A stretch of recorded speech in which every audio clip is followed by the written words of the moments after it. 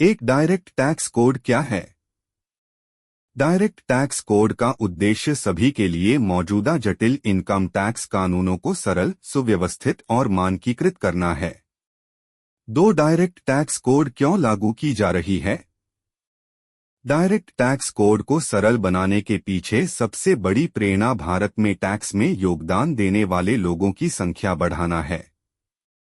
Direct tax code का सरलीकृत संस्करण टैक्स कानूनों को न्यायसंगत और पारदर्शी बनाने में मदद कर सकता है और एक बेहतर करदाता आधार भारत के आर्थिक विकास के लिए अनुकूल हो सकता है। 3 सरलीकृत रेजिडेंस रूल।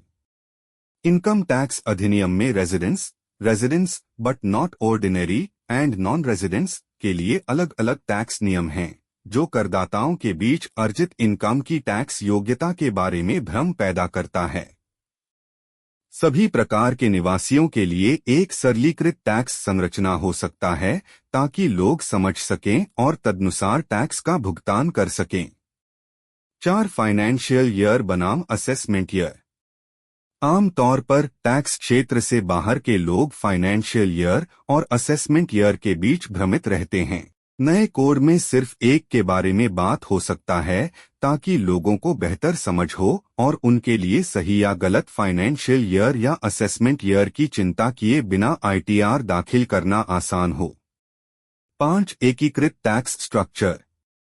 नए कोड से घरेलू और अंतर्राष्ट्रीय कंपनियों पर लागू कर दरों में समानता आएगी, जिससे भ्रम की स्थिति से बचा जा सकेगा और मल्टीनेशनल कंपनियों के लिए अनुपालन में सुधार होगा। 6 सरलीकृत टैक्स स्ट्रक्चर।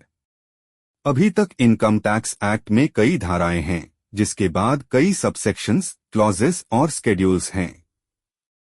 नए कोड में इस संरचना को सरल बनाने का प्रयास हो सकता है, जिससे इसे पढ़ना, समझना और डिकोड करना आसान हो जाए। 7 कंप्लायंस में आसानी। नए डायरेक्ट टैक्स कोड को इस तरह से डिजाइन किया जा सकता है ताकि भारत में काम करने वाले व्यक्तियों और व्यवसायों दोनों के लिए अनुपालन का तरीका अधिक सरल हो। 8 डायरेक्ट टैक्स कोड कब लागू होगी? इसे बजट 2025 में पेश किए जाने की उम्मीद है।